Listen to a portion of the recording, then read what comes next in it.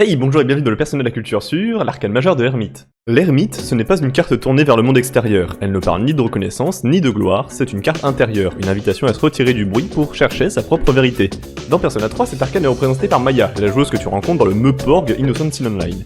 Ce seul link est particulier, jamais de face à face, jamais de sortie après les cours, tout se déroule à travers un écran, comme si cette barrière numérique était une extension même du symbole de l'ermite. Au début, Maya se présente comme une joueuse excentrique, qui enchaîne les blagues et les émoticônes. Elle tape vite, elle débite des phrases absurdes, presque comme si elle voulait t'empêcher de creuser plus loin. Mais rapidement, tu comprends que cet humour cache quelque chose, une énorme fatigue, une lassitude vis-à-vis de la vie réelle. Elle explique qu'elle a toujours rêvé d'être enseignante et qu'elle aime profondément son métier. Mais la réalité n'a rien du rêve qu'elle s'imaginait. Ses collègues la critiquent, elle se sent isolée et incomprise. C'est moins son travail qu'elle fuit que la dureté de son environnement. Alors elle se réfugie dans un jeu en ligne parce que c'est son seul espace de liberté, le seul endroit où elle peut souffler et se sentir à sa place.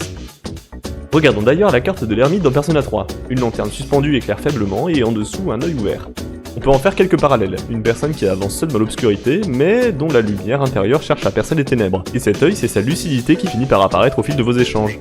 Plus le social link avance, plus elle se dévoile. Derrière son pseudo et son avatar, tu découvres une femme fragile qui ne sait plus vraiment où est sa place dans le monde adulte. Elle te confie ses peurs, ses échecs et avoue qu'elle ne sait même pas comment continuer. Et puis, la révélation. Maya, ce n'est pas juste une joueuse anonyme, c'est en réalité une enseignante de ton lycée qui masque son identité pour échapper au poids de son quotidien. Et là, tout prend sens, ce besoin de se cacher derrière un écran, cette impression de vivre une double vie, ce sentiment de l'étouffer dans la vraie réalité. Mais malgré son désespoir, le social link montre une évolution. Grâce à vos discussions, Maya commence à reprendre confiance, à envisager qu'il existe peut-être une issue en dehors de son refuge numérique.